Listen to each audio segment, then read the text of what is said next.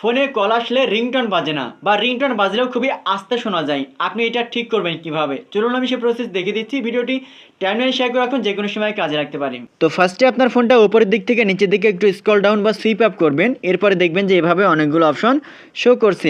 এর মধ্যে থেকে উপরের দিকে ডান কর্নারে দেখেন যে একটা নোটিফিকেশন বার বা একটা বেল আইকন শো করছে।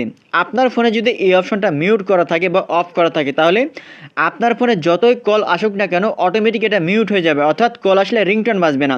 তো আপনি আগে শিওর হয়ে যাবেন যে এটা আসলে মিউট করা আছে কিনা। যদি মিউট করা থাকে জাস্ট আপনি এখানে ক্লিক করে এটা আপনি আনমিউট করবেন। তারপরেও যদি আপনার ফোনে প্রবলেমটা সলভ না হয়, তাহলে আপনার ফোনের যে সেটিংস আছে আপনার ফোনে সেটিংস ওপেন করবেন।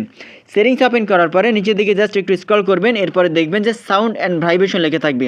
প্রত্যেকটা ফোনে এই অপশনটা থাকবে, আপনি খুঁজে বের করবেন, তারপরে এই অপশনটা ওপেন করবেন। ওপেন করার পরে দেখেন নিচের দিকে লেখা আছে রিং ভলিউম। রিং ভলিউম এই অপশনটা কিন্তু অফ করা থাকবে বা এটা কিন্তু অনেক কমানো থাকবে। আপনি যেটা করবেন এটা বাড়িয়ে রাখবেন।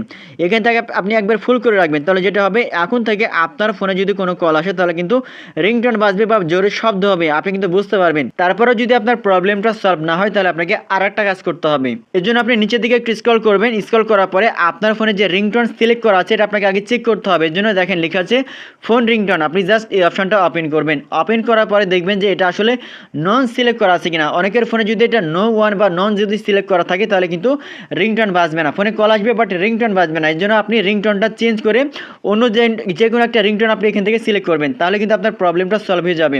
ভিডিওটি অনেক ইম্পর্টেন্ট, টাইমলাইনে শেয়ার করে রাখুন, যে কোনো সময় কাজে লাগবে। ধন্যবাদ।